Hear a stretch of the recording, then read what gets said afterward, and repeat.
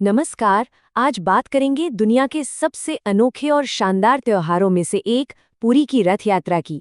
हम जानेंगे कि इस यात्रा के पीछे छिपी गहरी और बेहद मानवीय कहानी क्या है। अंग्रेजी में एक शब्द है जगरनॉट। इसका मतलब होता है कोई ऐसी शक्ति जिसे रोका न जा सके। पर क्या कभी सोचा है कि ये शब्द आया कहाँ से?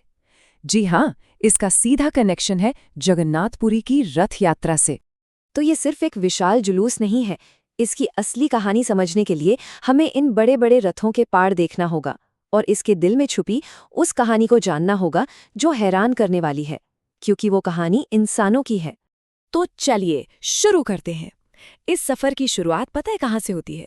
किसी चमत्कार से नहीं, बल्कि एक बहुत ही आम इंसानी वजह से। और वो वजह है गर्मी। कहानी कुछ यूं है कि मंदिर में भगवान को बहुत गर्मी लगती है, तो उन्हें स्नान कराया जाता है, स्नान यात्रा होती है। लेकिन नहाने से उन्हें ठंड लग जाती है और फिर बुखार आ जाता है। कुछ दिन आराम करने के बाद जब वो ठीक हो जाते हैं तो उनका मन करता है कि थोड़ा माहौल बदला जाए और वो अपनी मौसी के घर गुंडीचा मंदिर जाने की इच्छा जताते हैं। सोचिए, पूरा त्योहार इसी एक छोटी सी कितनी मानवीय इच्छा से शुरू होता है। अच्छा, भगवान का रथ अपनी यात्रा पर निकले उससे ठीक पहले एक बहुत ही खास और शक्तिशाली रस्म होती है, और इस रस्म को निभाने आते हैं खुद वहां के राजा। अब ये बात बहुत दिलचस्प है। एक तरफ हैं गजपति राजा, जिन्हें भगवान का ही रूप माना जाता है, जिनके पास पूरी शक्ति है, पूरा अधिकार है। और दूसरी तरफ है एक सफाई कर्मी का काम, जिसे हमारे समाज में छोटा समझा जाता है। और यहाँ राजा वही विनम्र सेवा का काम करते हैं। राजा अपने हाथ में सोने की झाड़ू लेकर रथ के आगे का रास्ता साफ करते हैं। ये एक प्रतीक है। इसका सीधा सा मतलब है कि भगवान के सामने कोई बड़ा या छोटा नहीं है, सब बराबर हैं। यहाँ तक कि एक राजा भी ईश्वर का बस एक विनम्र सेवक ही है। अब राजा से आगे बढ़कर चलिए इन भव्य रथों की बात करते हैं, क्योंकि ये रथ भी जीवन के एक बहुत बड़े सच को, एक चक्र को दिखाते हैं। जरा सोचिए, कई कारीगर, बढ़ई, पेंटर, दर्जी महीनों तक मेहनत करते हैं, इन विशाल रथों को तैयार करते हैं, और वो भी सिर्फ लकड़ी से, बिना किसी कील या धातु के। इतनी कलाकारी, और ये सब कुछ सिर्फ चंद दिनों की यात्रा के लिए। तो फिर सवाल उठता है कि जब यात्रा खत्म हो जाती है तो इन शानदार रथों का क्या होता है? इसका जवाब रथ यात्रा के सबसे गहरे संदेशों में से एक है। यात्रा पूरी होते ही इन रथों को पूरी तरह से तोड़ दिया जाता है। हर साल नए रथ बनते हैं और हर साल पुराने तोड़ दिए जाते हैं।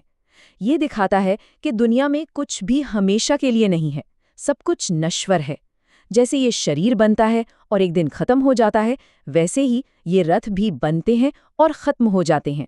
ये निर्माण और विनाश का एक लगातार चलने वाला चक्र है। और यही नश्वरता का विचार हमें मंदिर के गर्भगृह तक ले जाता है, जहाँ एक और भी गहरा रहस्य छिपा है, भगवान की अपनी मूर्तों का अधूरापन। इसके पीछे एक बहुत पुरानी कहानी है। कहते हैं कि भगवान ने राजा को वचन दिया था कि वो लकड़ी के एक लट्ठे के रूप में मिलेंगे। जब वो लट्ठा मिला तो उसे कोई तराश नहीं पा रहा था। तब एक बूढ़े कारीगर के रूप में खुद भगवान आए और उन्होंने शर्त रखी कि वो बंद कमरे में मूर्तें बनाएंगे और कोई दरवाज़ा नहीं खोलेगा। लेकिन कुछ दिन बाद जब अंदर से कोई आवाज़ नहीं आई तो राजा अधीर हो गए और उन्होंने दरवाज़ा खुलवा दिया। शर्त टूट गई और कारीगर गायब हो गए और मूर्तें हमेशा के लिए अधूरी रह गई। तो ये जो अधूरापन है वो कोई गलती या कमी नहीं है, बल्कि यही सबसे बड़ा संदेश है। ये बताता है कि जब भगवान भी धरती पर आते हैं तो वो भी अधूरेपन के चक्र का हिस्सा बन जाते हैं। जैसे हम सब हैं, वो भी जन्म लेते हैं और एक दिन शरीर छोड़ देते हैं, बिल्कुल इंसानों की तरह। और अब आते हैं आखिरी पड़ाव पर। ये मंदिर जीवन को त्याग या वैराग्य से नहीं, बल्कि उसे पूरी तरह से जीकर उसके हर रंग का आनंद लेकर मनाता है। यहाँ के देवता सिर्फ पत्थर की मूर्तें नहीं हैं, वो एक जीता जागता मानवीय जीवन जीते हैं। वो गाते हैं, नाचते हैं, झूले पर झूलते हैं, नाव में सैर करते हैं, यहाँ तक कि पति पत्नी की तरह झगड़ते भी हैं और अपने माता पिता का श्राद्ध भी करते हैं। मतलब वो हर वो काम करते हैं जो हम और आप करते हैं। और जीवन के इस जश्न का सबसे बड़ा जरिया है भोजन, यानी भोग। यहाँ ये माना जाता है कि दुनिया बनी ही उपभोग और आनंद के लिए है, और इसी का प्रतीक है आनंद बाजार, मंदिर का वो हिस्सा जहां रोज हजारों लोगों के लिए महाप्रसाद बनता है और बांटा जाता है। इसे खुशियों का बाजार कहते हैं। तो रथ यात्रा सिर्फ एक त्योहार नहीं है, ये एक बहुत ही गहरी और शक्तिशाली कहानी है। यह हमें याद दिलाती है कि भगवान कहीं दूर आसमान में नहीं, बल्कि हमारे बीच हैं, जीवन के इसी उतार चढ़ाव में, खाने के स्वाद में और इंसान होने के इस साझा सफर में। वो हमारे जैसे ही हैं, हमारे साथ जीते हैं।